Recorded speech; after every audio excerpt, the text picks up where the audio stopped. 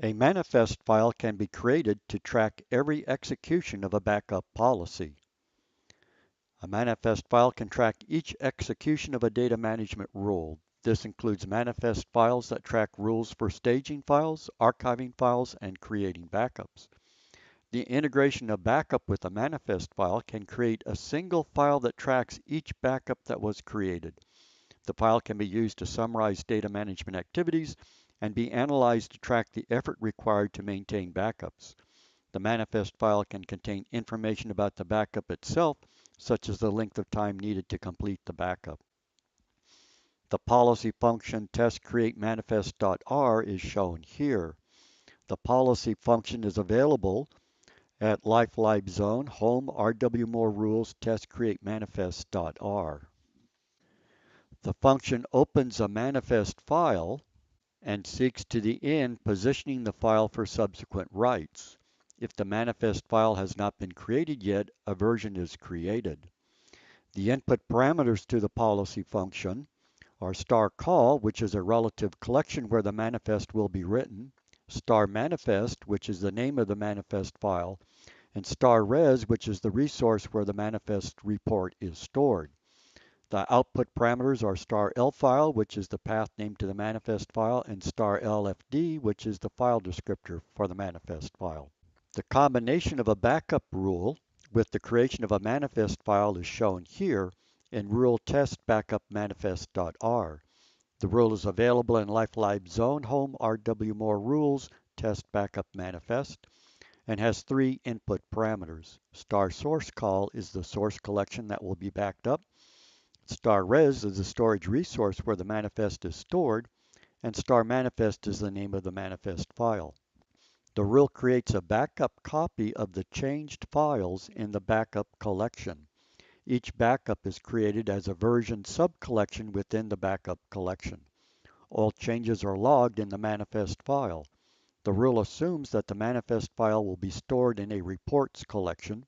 The backup and reports collections are created if necessary. A manifest file is created if one is not available. The rule calls a manifest function to execute the backup. The manifest function can be replaced with any other set of operations that writes their status information to star L file. The manifest function executes the backup and is shown here.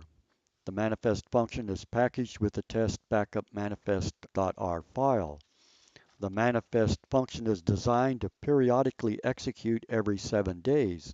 The function opens the manifest file and seeks to the end. A query is created to find all of the subcollections in the backup directory that are backups of the source collection. Each subcollection is analyzed to extract the version number, assumed to be a number after a period delimiter. The largest version number is incremented to be the version for the new backup.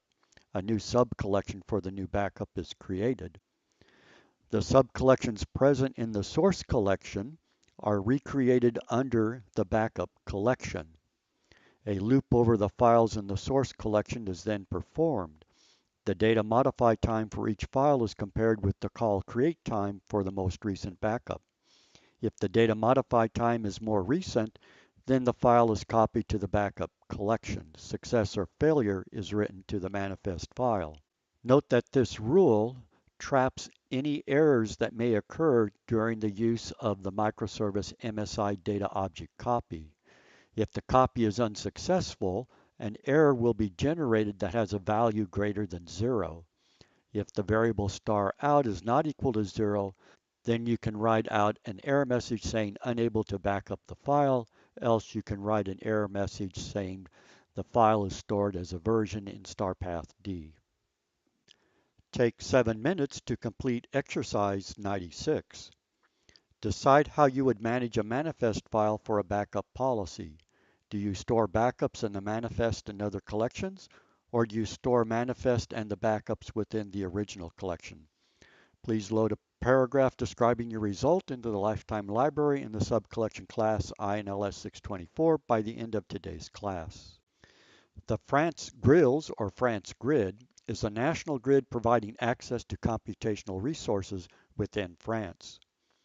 The France Data Grid is a national data management system based on the iRODS data grid. A paper describing the system was presented at the iRODS user group meeting and is available here.